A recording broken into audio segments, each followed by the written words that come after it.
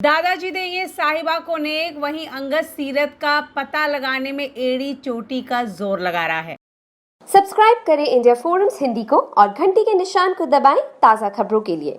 Serial तेरी मेरी डोरिया में आप देख रहे हैं कि अंगद और साहिबा की शादी हो चुकी है और अब धीरे धीरे सारी रस्में शुरू हो चुकी हैं। जैसे कनक की रस्म तो आप देख ही चुके हैं किस तरह से हुई। अंगद ने जैसे ही वो थाली साहिबा को दी, ये कह के कि वो चैरिटी कर रहा है, साहिबा ने लेने से इनकार कर दिया था।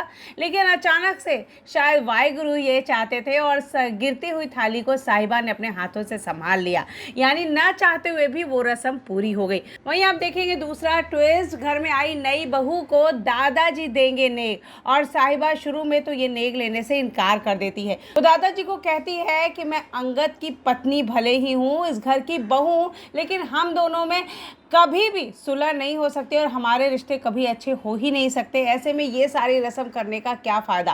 दादाजी उसे समझाते हैं कि कुछ चीज़ें समय पर छोड़ देनी चाहिए और तुम दोनों की शादी वाहिगुरु की मर्जी थी और शादी हो गई, ऐसे में तुम्हें रस्म तो निभाना ही पड़ेगा।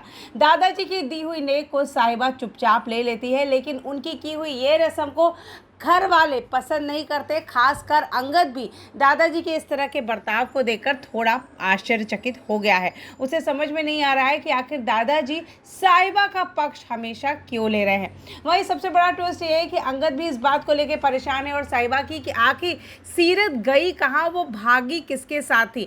अंगद कई सारे जासूस लगा देता है शहर में इस बात का पता लगाने के लिए कि सीरत कौर मोंगा आखिर है कहाँ और किस लड़के के साथ भागी है। वहीं दूसरी तरफ गैरी बहुत परेशान है कि अगर अंगद को इस बात का पता चल गया कि मैंने ही सीरत को भगाया था और ये सब कुछ मेरा किया धरा है, तो अंगद उसे कभी माफ नहीं करेगा। अगर आपने ध्यान दिया हो तो इस बात पे गौर कीजिए कि जसलीन यानी गैरी की माँ और गैरी के पापों का घड़ा भरने वाला है।